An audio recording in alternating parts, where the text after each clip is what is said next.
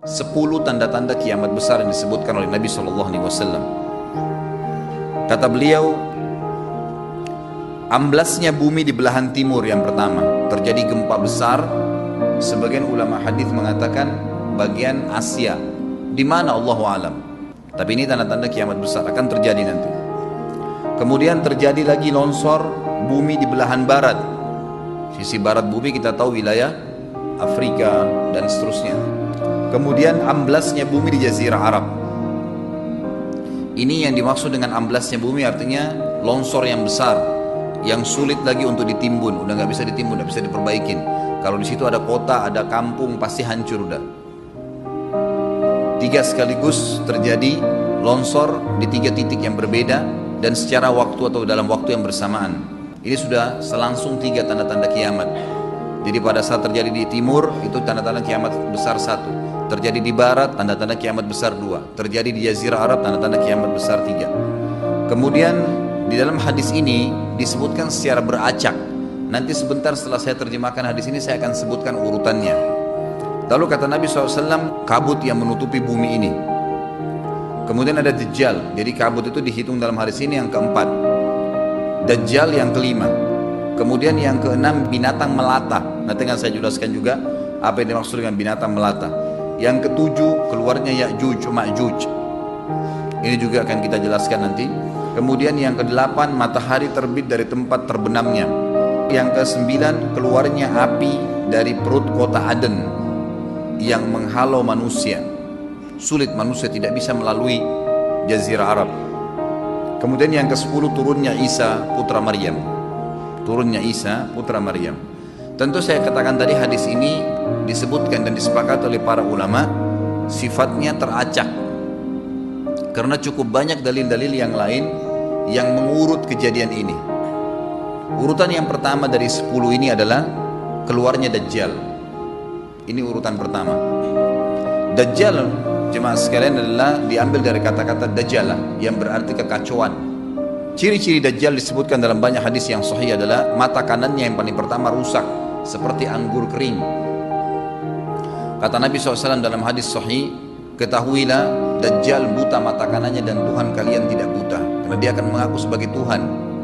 Kemudian dia orangnya memiliki kulit yang kehitam-hitaman serta memiliki dahi yang lebar.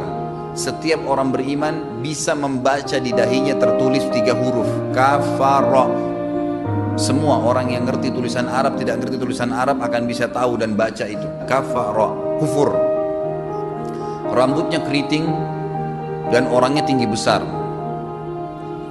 Kata Nabi SAW, kalau kalian dengar Dajjal keluar di satu lokasi, maka menghindarlah. Walaupun kalian harus lari ke gunung, dia akan keluar membuat kerusakan selama 40 hari. Kata Nabi SAW, 40 hari itu sehari seperti setahun, sehari lagi yang kedua seperti sebulan, hari yang ketiga seperti sepekan, dan sisa harinya seperti hari kalian. Dia akan keliling muka bumi semuanya. Dan kata Nabi SAW, seluruh bumi ini akan dimasuki oleh Dajjal. Tidak tertinggal satu lorong, gang, jangankan kota atau desa, kecuali Dajjal akan masuk ke dalamnya, kecuali Madinah dan Mekah. Tidak bisa dimasuki oleh Dajjal. Kata Nabi SAW dalam hadis sahih, karena di setiap pintu gerbang Mekah dan Madinah malaikat menghenuskan pedangnya dan menghalau Dajjal sehingga Dajjal tidak bisa masuk. Pada saat dia tiba di Palestina, waktu yang bersamaan di kota Madinah berkecamuk. Kaum muslimin sepakat semua keluar untuk mengejar Dajjal dan membunuhnya. Keluar dari kota Madinah satu orang yang namanya seperti namanya Nabi Muhammad SAW, Muhammad bin Abdullah, dan dia dari turunan Nabi SAW juga. Dan orang ini punya julukan Mahdi, dikenal dengan Imam Mahdi. Inilah tanda-tanda kiamat yang kedua. Pada saat dia tiba di Mekah, dibaiatlah oleh banyak kaum muslimin, tidak disebutkan jumlah pasukannya, maka terbentuklah pasukan jihad yang mengejar Dajjal menuju ke Palestina. Lalu keluar tanda-tanda kiamat 3, langsung berentetan semua. Tanda-tanda kiamat besar yang ketiga adalah pada saat pasukan Imam Mahdi dengan pasukan jihad itu tiba di Darul Bayda namanya. Hadis menyebutkan di menara itulah, di masjid itulah Imam Mahdi mampir sholat asar bersama pasukannya. Dikatakan Isa alaihissalam akan turun sambil memegang kedua sayapnya malaikat, dan dari rambutnya yang basah meneteskan air. Maka dia pun turun, lalu kemudian dia masuk, dan orang-orang pada saat itu mengenalnya kalau dia adalah Isa, dan mereka sudah tahu ini masanya keluarnya Dajjal, ini Mahdi sudah ada. Mereka tahu akan turun Isa, sudah ada informasi seperti saya sampaikan ke Bapak Ibu sekarang. Itu muslimin di zaman itu sudah tahu semua. Sholatlah mereka, kemudian mereka menuju ke Palestina. Ringkas cerita adalah Nabi Isa alaihissalam akhirnya tiba dengan pasukan mujahidin di depan pintu gerbang Babulut. Dajjal mengatakan, bukakan pintu gerbang, mereka tidak akan mampu melawan kita karena pasukannya mereka banyak memang. Maka Dajjal dengan sombongnya menunggu di depan pintu gerbang. Pada saat dibuka, Dajjal kaget melihat ada Isa alaihissalam.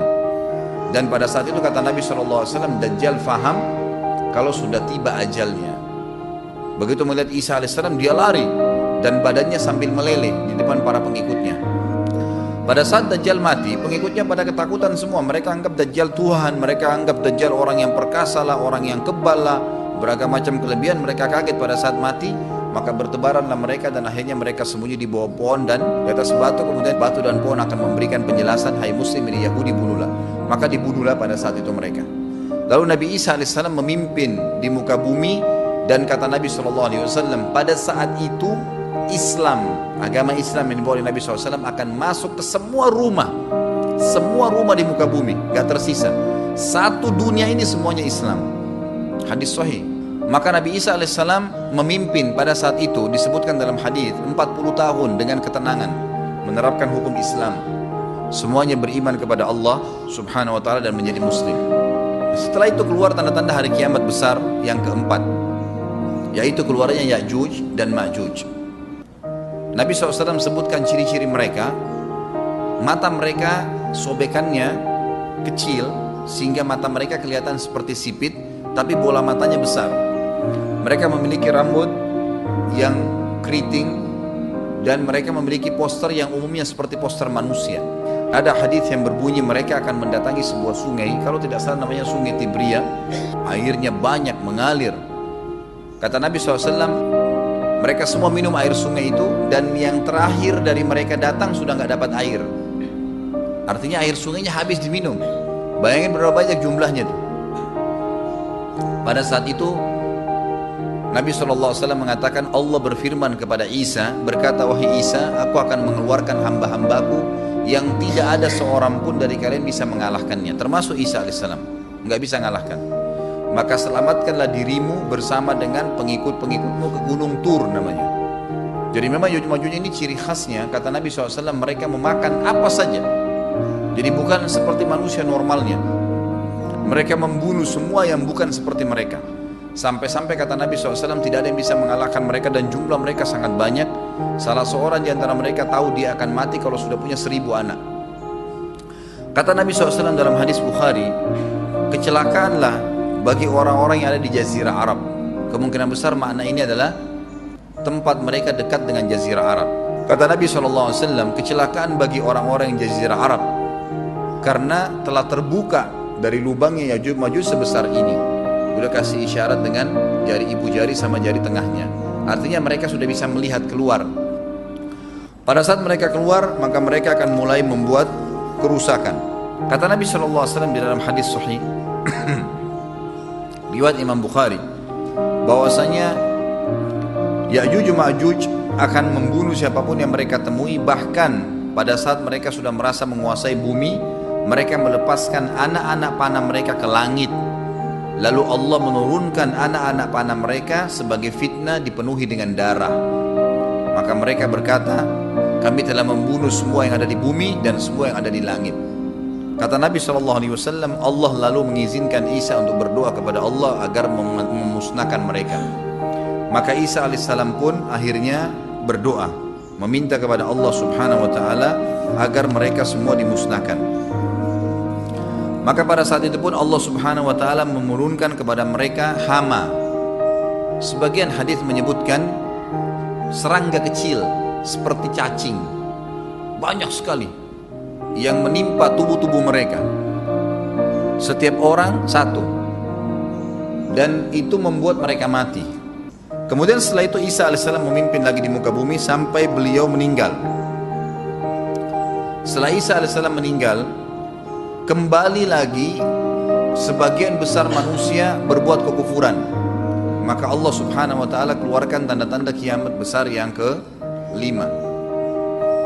Yang kelima ini adalah keluarnya hewan atau binatang melata. Binatang melata ini disebutkan dalam hadis yang sahih riwayat Bukhari, bahwasanya Allah SWT akan keluarkan, tapi tidak disebutkan dari bumi mana dia keluar. Dia akan keluar hewan melata yang bisa berbicara seperti manusia dan badannya dipenuhi dengan bulu. Allahu a'lam bagaimana. Kemudian dia datangi orang-orang yang kufur tersebut dan menasihatin dan mengingatkan mereka. Yang tidak mau beriman, dalam hadis dikatakan dicap oleh hewan tersebut. Allahu a'lam dicap seperti apa, sehingga ketahuan mana yang kafir, mana yang beriman. Terus dia keliling di muka bumi tapi tidak disebutkan berapa lama. Lalu kemudian Allah lenyapkan si dabbah ini. Kemudian datang tanda-tanda kiamat yang ke-6. Tanda-tanda kiamat yang ke-6, 6, 7, 8. Itu berentetan semua. Longsor besar di timur, di barat, dan di jazirah Arab. Ini tanda-tanda kiamat terjadi serentak. Sudah 8. Kemudian terjadi yang ke-9, keluarnya api dari negeri atau dari kota Aden. Kota Aden ini di Yaman ya. Tentu hadis menjelaskan tentang masalah api yang keluar ini, artinya api bukan main-main, ini bukan kebakaran sebuah masjid atau sebuah bangunan 10 tingkat. Api ini bisa menghalau manusia untuk jalan karena panasnya. Sebagian riwayat menjelaskan api tersebut akan berdiri seperti gunung yang besar dan dari seluruh pelosok dunia bisa kelihatan. Kita bisa bayangkan bagaimana itu. Yang akhirnya akan menggiring atau menghalangi orang-orang untuk jalan, susah. Sebagian ulama hadis mengatakan mereka nggak bisa jalan, tidak bisa ada penerbangan, tidak bisa ada orang jalan karena panasnya bumi ini dari api tersebut. Dan itu memang kemungkinan besar akan keluar satu waktu, Allahu a'lam kapan. Dan yang terakhir, tanda-tanda kiamat sebelum ditiup sangkakala adalah terbitnya matahari dari tempat terbenamnya. Dan ini sudah terakhir sekali. Makanya kata Nabi SAW, taubat akan diterima sebelum matahari terbit dari tempat terbenamnya. Artinya selama yang lain itu masih ada, masih bisa taubat. Kalau sudah itu, sudah sulit.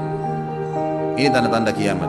Sebagian ulama memasukkan tanda-tanda hari kiamat kecil, ada yang masukkan tanda-tanda kiamat besar. Ada dua hal.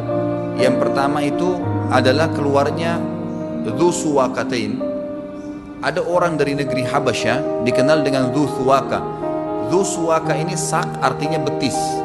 Diberikan julukan Dzu Suwaka karena betisnya sangat kecil. Orang ini, Bapak Ibu sekalian, kata Nabi SAW akan menghancurkan Ka'bah. Dan kata para ulama pada saat itu memang manusia sudah sunyi, nggak ada lagi yang datangin Ka'bah. Orang-orang sudah lalai gitu kan. Keluarlah orang ini. Makanya sebagian ulama memasukkan dia tanda-tanda kiamat sebelum terbitnya matahari dari tempat terbenam. Ditambahkan ini yang ke-11 gitu. Atau ini yang ke-10, terbitnya nanti kiamat yang ke-11. Kata Nabi SAW, dia akan mencabut batu-batu Ka'bah satu persatu sampai rata dengan tanah. Dan saya sedang dilihatkan oleh Allah sekarang bagaimana pada saat dia mencabut batu itu. Hadis sahih riwayat Bukhari Muslim. Yang terakhir, yang kedua, yang berhubungan juga dengan tanda-tanda kiamat, ada yang memasukkan kiamat kecil, tapi ini lebih dekat dengan kiamat besar. Orang yang terakhir meninggal itu adalah orang dari asli suku Madinah yang sedang mengembala kambing. Kata Nabi SAW, orang yang terakhir meninggal dari kalian kalangan manusia, semua orang sudah mati, tinggal dia sendiri, tapi dia nggak tahu.